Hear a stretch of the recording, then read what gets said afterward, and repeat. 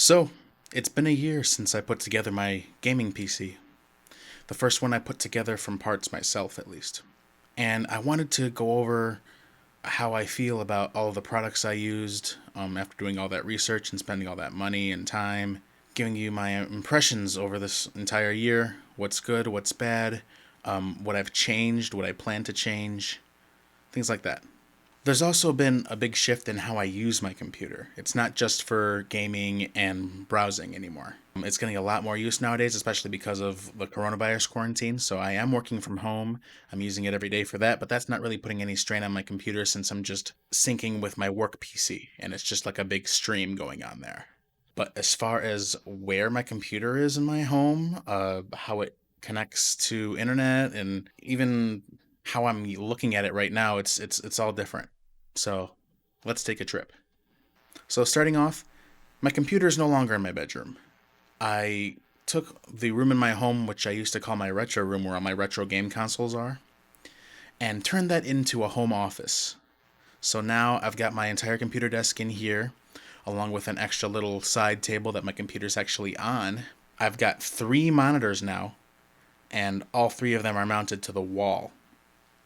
I've got two landscape on top of each other, and to my left is a portrait one. Let's say the best case scenario would be that I've got my game on my main monitor here. Then above it, I'll have maybe a YouTube video, podcast going, something like that. And then on the left, I'll be chatting with friends or looking up maybe a tutorial, strategy guide, that kind of deal. That's the way I use it casually. When I'm working, my two main monitors are basically my entire work PC, and I'll use the top one for like editing pictures, moving files around. The bottom one will be for research and entering data. And then my portrait monitor will stay my normal computer, and that's where I'll listen to music, talk to coworkers, things like that. So I'm getting a lot of use out of this computer. Starting in March, it really ramped up. Also, I used to run Ethernet cables underneath my carpet. I ran one from my bedroom to my living room, my entertainment center out there with my PlayStation and a living room PC got better internet. I also ran one into this office when I first moved in here, so I wouldn't have to reinstall my Wi-Fi card. Just last month, in August, I got actual hardwired Ethernet put in. So now the entertainment center, my office, and another location in my home all have Ethernet jacks in the walls. So that's awesome. And that's been so much better. There's no little lumps under the carpets. I'm not stepping on cables when they're underneath the carpet in the doorways. So it's just so much better with that. I mentioned that I have three monitors now. The main monitor is one I bought recently, and that one is actually a 1440p monitor. I wanted to get a slight upgrade. So I've got one 1440p panel and then two 1080p panels. But I have them tricked to feel like they're all 1440 using, I believe it's dynamic super resolution or something like that, whatever NVIDIA calls it. Another way that my computer has been being used differently is I'm making much more music and filming many more videos. So I'm doing a lot more video editing, a lot more tasks where I've got like 10 windows open, making sure that videos are getting posted on Facebook and YouTube. And when I'm streaming, I'll have everywhere I'm streaming open at the same time, so I could have like 4 streams going. I've also started, well, like I just mentioned, streaming more because I started doing guitar repair. Since I got more into it during the quarantine, it's been a great way for me to relax and learn and keep all my instruments up to shape. There's a lot of video content coming out from that because every time I work on a guitar, I'm streaming it and recording it, and then I'm editing that recording down to like a 10-15 minute highlight reel basically from a 2.5 hour stream. Using the video editing software puts more strain on my PC, makes me realize 32 gigs of RAM really isn't quite as much as you'd think if you're using this computer as a workstation. It's way more than enough for gaming, but for working, it can be a very slight bottleneck sometimes. The content creation has been going very well, and there's really not been many hiccups. As for music, nothing much has really changed except for the amount I'm doing, and with that comes more video. So it's mainly the video that's changed so much, is that I'm doing so much more of it. And also I've been recording with my phone. So that gives me 4K 60 FPS video that my processor has to handle, or the NVIDIA encoder has to handle. And that means render times become more important to me because I just want to get stuff done. You know, it's annoying when you have to sit and wait, or when you're trying to edit a video and the video preview, you have to have it at super low quality because your computer can't just bring it to you in the exact quality it was filmed as you're scrubbing through. Any video editor knows what I'm talking about. Glad to say that my rig has been good enough. I feel satisfied. Now, I'm going to go over every component in my computer and my experience with it over the past year, and I'm going to give it a ranking out of 10. And there's going to be 10 components I go over, so for a total of 100 points. And then I'll give you a score of how I feel about my own PC at the end. We are going to start with my CPU. I have a Ryzen 7 3700X, which is 8 cores, 16 threads. It's been doing pretty well. Choose through renders in not very much time. Sometimes if it's a little bit more heavily edited, like I made a video where there was like 10 of me on the screen at the same time, that one took longer because there's just so many more layers. Really, it's just hit render, go, use the bathroom or come back and it's done. I don't have to let it go overnight. I don't work on huge projects like that. When I'm dragging in large files into my video projects, like a 2-hour stream, seconds, you know, before I get an audio waveform or video thumbnails. It hasn't hindered me in gaming at all. Not that gaming is very CPU intensive usually. No real complaints, so I'm going to give my Ryzen 7 3700X a 9 out of 10. Next up is a little bit underwhelming, which is the CPU cooler I have. I have a Wraith Prism, which is the stock cooler that my processor came with. Now, I heard that it was pretty good for most applications right out of the box, so you don't really have to worry about buying an aftermarket cooler if you're just going to do very basic things with your AMD processor. Unfortunately, as I was saying, I've been doing a lot more video work. It gets warm. And right now it's at the point where my computer is idling at 55 degrees Celsius. I want it to stop at 60. That would be great for a processor. My CPU cooler. It's got great RGB, it looks great, and it was bundled with my CPU, so that's a great value. When it comes to really driving that CPU, it gets hot. When I'm rendering video, it hangs out at around 75 degrees. When it really gets hurt is what I'm doing protein folding for folding at home. I like to do that, but not very often because as soon as I start folding, no matter how hard I'm trying to hit my CPU, like if I limit the folding software, no matter what, it just shoots my CPU right up to 90 degrees. And it stays between 95 and 85, and that is no good because usually I'll set it and then go to sleep. I don't want to be having my CPU be at 100 degrees for 7-8 hours. So unfortunately, I am going to have to upgrade my CPU cooler, and that will be in this video. I give it a 6 out of 10, basically, for the AMD Wraith Prism, if you're doing other things besides just gaming and browsing. RAM. I've got Trident Z Neo RAM, which is AMD Ryzen optimized, 3600 speed, and I've got 32 gigs of it. It's been mostly great. When it's performing, it performs just fine. It doesn't get too hot. The RGB on it looks great. The only issue I have with my RAM is that maybe about once a month, I'll get a blue screen, and the error will be something with the RAM. After the blue screen, my computer will have to restart 3 times before I finally get to the desktop, and then it's just fine. It's just fine for weeks. I don't really get it. Something's it's just suddenly being overloaded for some reason, or it doesn't happen often enough for it to be a real issue for me. So I still really like the RAM. I don't know, maybe the problem is something that I'm doing. I know one thing that I do that I probably shouldn't is I have my wallpapers change every 10 minutes, and whenever that happens, it spikes the CPU usage 10 to 15% for some reason. Just for that second it takes for them to fade to the next picture. I don't get it. Why does it take up such a resource to do such a simple thing? Excuse me. Even when I'm playing a game, I'll know my wallpaper switched because my frames will drop for just a second. I'll be playing Rocket League and somebody go, but I don't feel like that affects the RAM. Anyways, all in all, 8 out of 10. I'm very satisfied with the Trident Z. It's g.skill. Now we're going to talk about my motherboard. Now, the motherboard is my least favorite part about building this PC. So I've got an MSI MPG Gaming Edge Wi-Fi. What sold me on it was it's got like all the baseline features that you'd want for this generation of processing, including PCIe Gen 4, which I haven't taken advantage of, but it's just like, bleeding edge technology. It also was touted to have great software, especially for audio.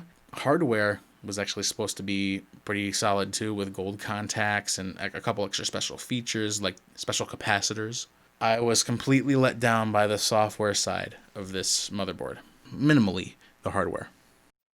It looks great, stays cool, reports temperatures just fine. I haven't had any issues with slots or inputs, connections to SATA or anything like that. But the software is just a nightmare. Starting with the RGB software, we're going to talk about MSI's Mystic Light RGB. It is very limited. If you have addressable RGB lighting, then you're going to be a bit disappointed at the lack of options it gives you. You've got maybe 10, 15 decent effects to choose from that aren't just like some version of solid, like whether it's breathing or flashing, just one color. My AMD Wraith Prism CPU cooler, I basically have it one solid color all the time. The software doesn't recognize that it's got a bunch of addressable RGBs in there and I can have cool patterns going. With the Cooler Master software, I don't know why Cooler Master or AMD, I guess it's a Cooler Master cooler that they made for AMD, something like that. Anyways, using Cooler Master's software, I can make it do all the crazy cool stuff. Like I had the fan blades be green and blue, and it changes the frequency of the lighting so it looks like your fan's spinning faster or slower. It gives a really cool effect. And then I had the outer ring on the prism be a different color, and that would like circle around. And then the AMD logo itself can breathe a different color. But with MSI's Mystic Light, I have it solid red 24/7 because I just can't find anything satisfying enough to do with MSI's Mystic Light. The other accessories in my system that are RGB, they are all on a marquee twinkling effect. Anything with multiple colors, it's just not good at. It's just not exciting. It's not taking advantage of the capabilities of RGB, especially ARGB. So MSI Mystic Light, very disappointing. Next would be, this product was advertised to have Nahimic 3 audio software, featuring things like crazy spatial sound for when you're gaming, very specific spatial sound, a built-in equalizer that'll be universal, and a bunch of other cool stuff like that. I get the motherboard. Oh, it didn't install this. But when I went to check and see if I could get Nahimic 3, it was like, oh yeah, you just download it from the Windows Store and it's just called Nahimic now. That's fine, I guess. But when you open that, it's missing all the features.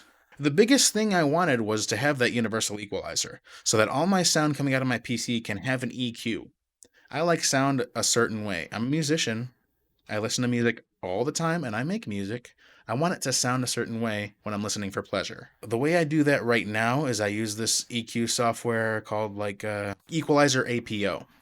And it's got an ugly UI, it's a bit clunky, not super reliable, but it's what I have, and it's working for now.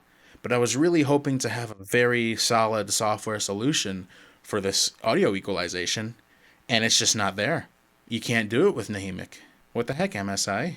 You tout that your audio jacks will not make popping noises. It's got protection against that when it receives a bad signal or a spike in signal, or when you're unplugging it and replugging it back in, it doesn't make that buzz. It's got like a bunch of precautions against that. None of that works. Every time I turn on my PC and my speakers are on, it'll be a big pop, like boo.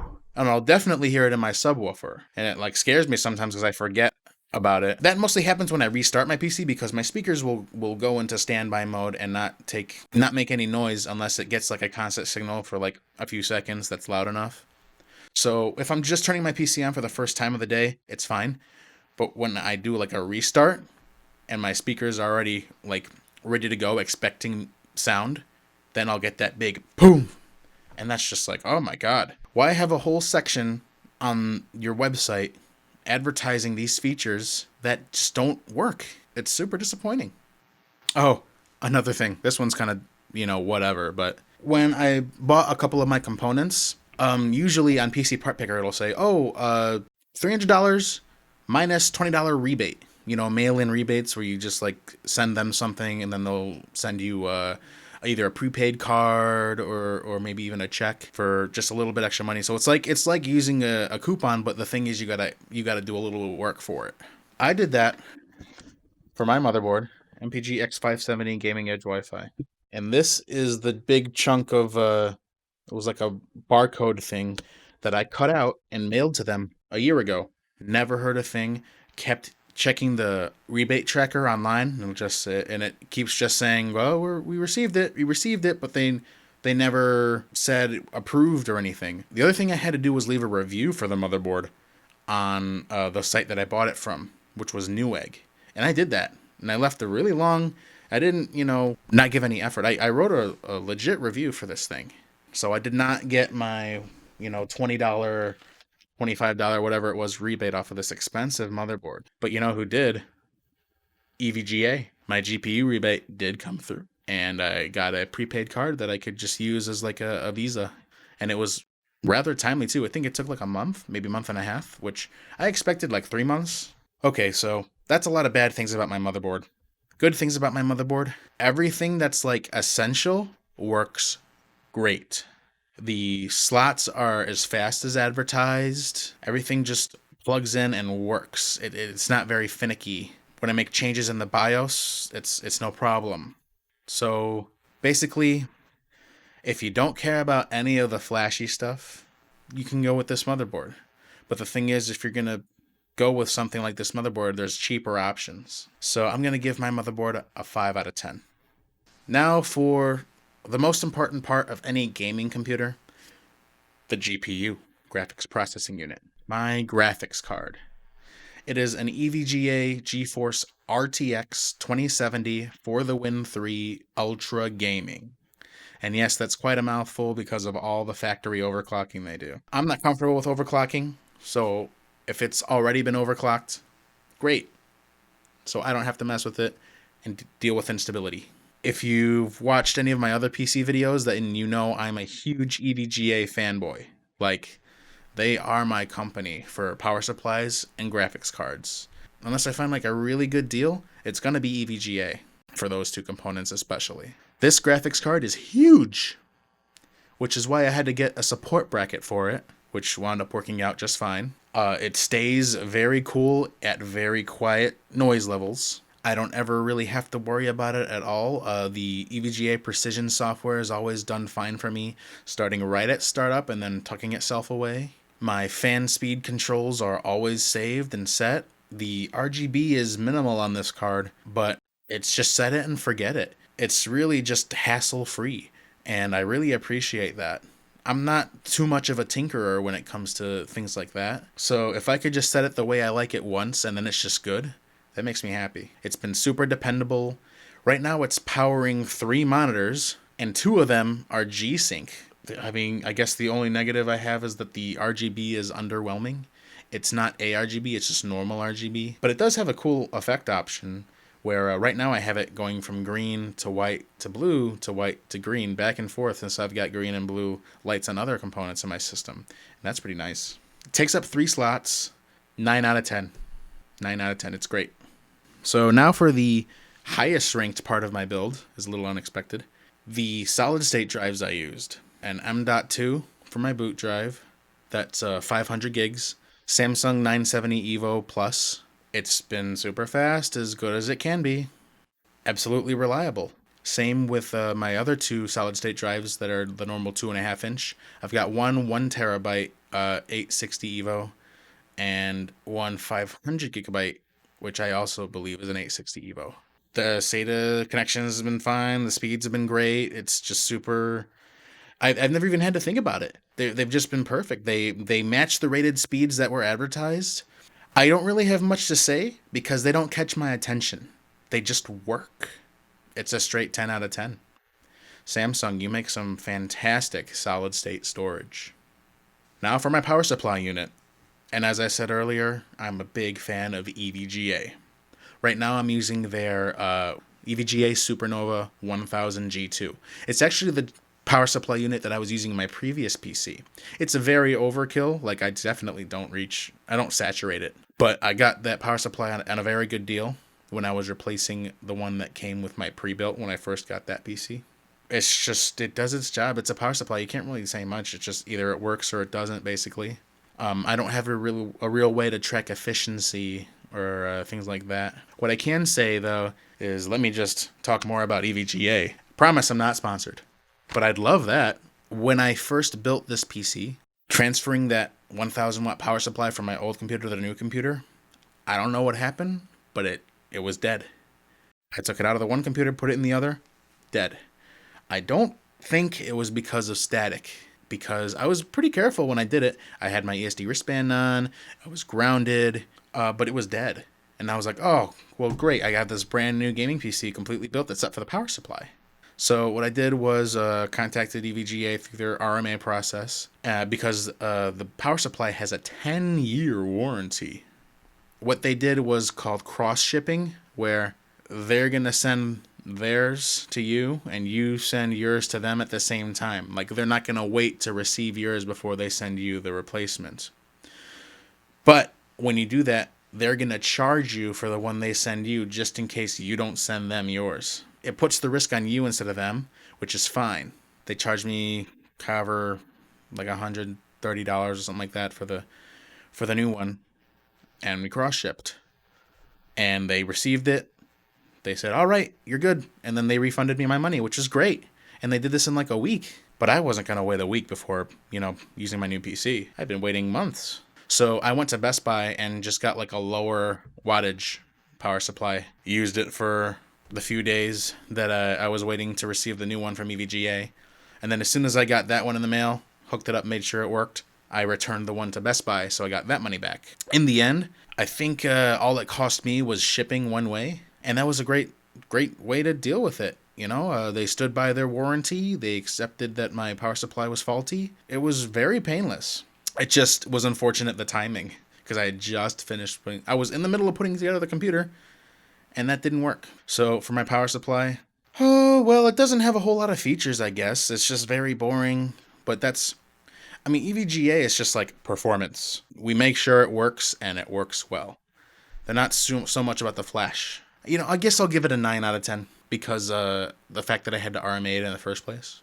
Otherwise, I'd give it a perfect score. Okay, let's talk about the fans I'm using in my case. So I've got the Cooler Master H500 case, and the big flagship feature of that is the two giant 200mm fans right in the front of the case. I love the way that looks, and they're RGB too. So I bought a third one to go on the ceiling of the case, is blowing an exhaust. I then threw another Cooler Master fan that's literally called a Master fan. I think it's called the 120R. I put that on the back of the case for more exhaust, and that's a PWM fan, so it adjusts as needed. And that one's ARGB. And that's all I have for case fans. I guess I should say that I'm a little disappointed with the 200mm fans. People online said within a month they started making noise because they're big and they wobble. I've been using mine for a year. Not a peep. Not an issue from the 200mm fans. I just wish they blew a little bit more air. Maybe a little bit higher RPM. That's about it. 9 out of 10 for the fans. Now let's talk about the case itself. As I mentioned, it's the Cooler Master H500. No suffix, just H500. Not the mesh, not the P. It's a good case. It was very easy to build in, especially compared to the crappy case that I have for my living room PC right now, which I'm going to upgrade that soon. It came with a removable hard drive cage, which I really appreciated. It holds only two 3.5-inch drives, but you can, just with a thumb screw, just take it right out of the case, and then you've got like a bunch of more space for airflow or whatever you want to put in there. I guess maybe even water cooling, maybe. It accommodated all of my components just fine. There was a little bit of a way to hide cables. Otherwise, there's just grommets. Good quality. There's a PSU shroud, which I liked. I also liked that it was just plain black. The tempered glass window is mostly okay. It looks fine. It's very, very plain, as if the side of your case was glass. That's it, with like a black border around it. Another great thing about the glass side panel is that when you undo it, it leans towards you like it's gonna fall out, but it catches itself on purpose. On the bottom, there's like this extra little rail that holds it so that if you're like putting it on and you slip, you know, it's not gonna fall to the floor. It'll just hang there. So it's supported from just the bottom rail if needed. That's a great feature. I think some other case manufacturers could learn from that. Because not everybody's super careful, but everybody would be upset if the tempered glass side panel was shattered. One thing I don't like about the glass side panel on this is the screws holding it on. They look like they're meant for a giant flathead screwdriver. They probably don't want you using that for them because they can easily be damaged by a tool like that. So you're meant to take them off with your thumbs and just hand tighten them. If they're meant for your thumbs, why are they made like they're for a screwdriver? If they're going to be for your thumbs, at least make it easy to take them off with your thumbs. You gotta like push your thumb against them to get your skin in the groove of where a flathead screwdriver would go, and then you turn like that. Or you could go from the outsides, but the outsides are slick. They don't have any kind of like grip on them. It's just smooth. I don't like that. Plus, when you take them off using that outside method, you're gonna get fingerprints all over your glass. That's an easy fix, Cooler Master. Just get rid of the slot for what looks like would be used for a flathead screwdriver.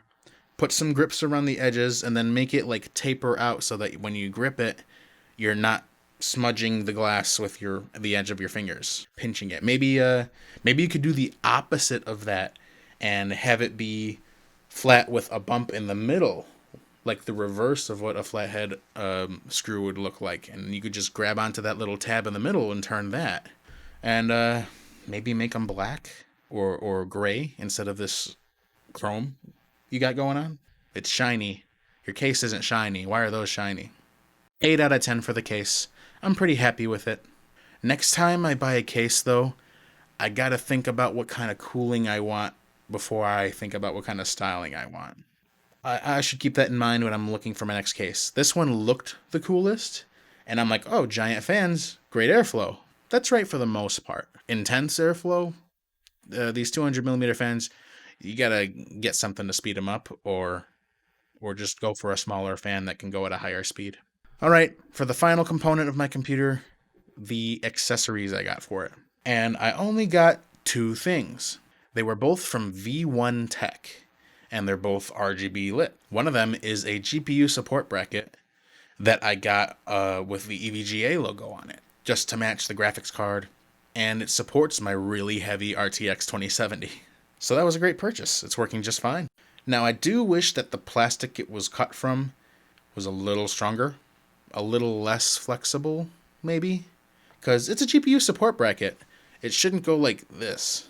It should just be like rigid, you know? I do appreciate that you can adjust this little other plastic bit that inserts into all these slits to match up with however your GPU is on the bottom. It doesn't look very professional, but it does the job, and it looks good. Unfortunately, I can't take advantage of all the cool ARGB things it can do because it is ARGB because of Mystic Light. So I just have this blue marquee effect going on it right now, and it's fine. The other thing I got is from V1 Tech as well. It is a custom GPU backplate. Now, it's not the actual backplate. It sits on top of whatever backplate you have. Or if you don't have a backplate, it sits on top of screws that are on top of your graphics card. So it'll become your backplate. I got a custom logo printed on it, like the word Wolfstar with like all these little circuit board looking things coming off of it, and then a wolf head star thing logo that I made. And I also have it fading in gradient from blue to green. Now, when it's in the case, it just looks like it's black. It doesn't look like it's blue to green. I guess that's more on me. I didn't really choose bright colors. So I was a little underwhelmed about that, but I'm going to blame myself for that. As for the design, it's cut really precisely. A layer of whatever they use, and they put that on top of the plastic. Then I guess they laser cut all the material that your logo fills so that that material is removed, and then where all of your logo is, that's where the RGB is shining through. The online maker for this thing, where you like import your photo and adjust it to fit the outline of this GPU backplate, it looked one way when I was done with that. And when I received it here, it looks like they had to stretch the photo I gave them a few millimeters.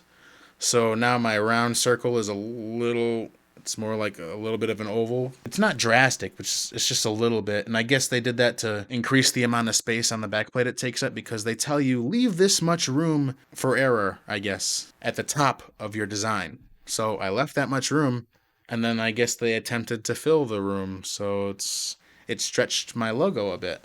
But then again, if they didn't do that, then there'd be like a solid inch at the top of my backplate with no design on it. The RGB shines from the top to the bottom, or I guess back to front, since it's laying flat on top of your GPU from the back to the front. That means that the whole edge of it shines with your RGB.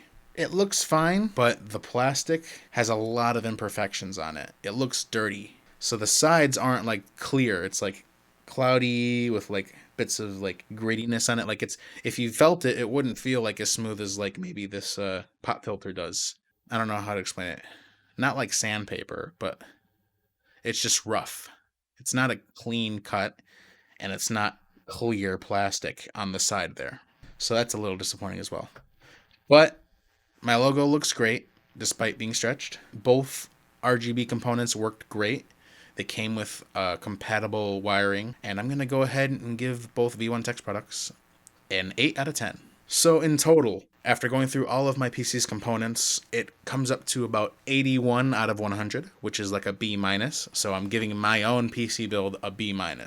One thing I have changed since building the PC is drive cage that I removed. I wound up putting that back in because I needed some more space than what I already had in there, despite me having 3 solid-state drives in there. I put in my old 2 terabyte Toshiba hard drive so I could have some long-term storage. I do have a NAS, but I just wanted it to be a little bit more accessible, especially since my NAS is not the fastest thing.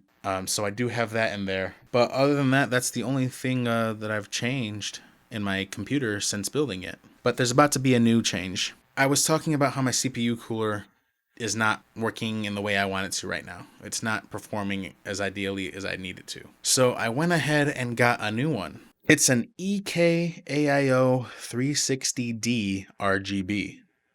This thing is a 360mm radiator. It's huge, and it's probably going to be overkill. I want those temperatures frosty. So I'm going to mount it inside my case with the 3 fans it came with, a pull from the radiator pushing into the case, and then the top fan and rear fan will be the exhaust. And I think that should work out just fine.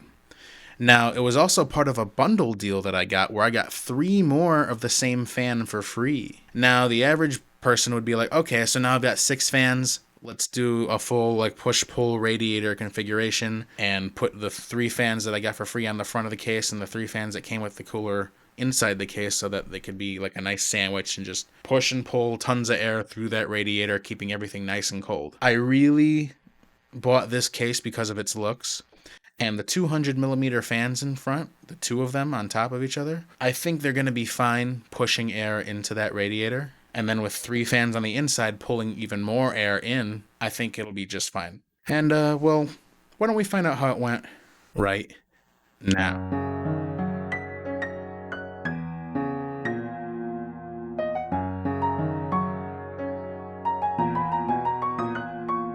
So I guess I'll start off with the temperatures.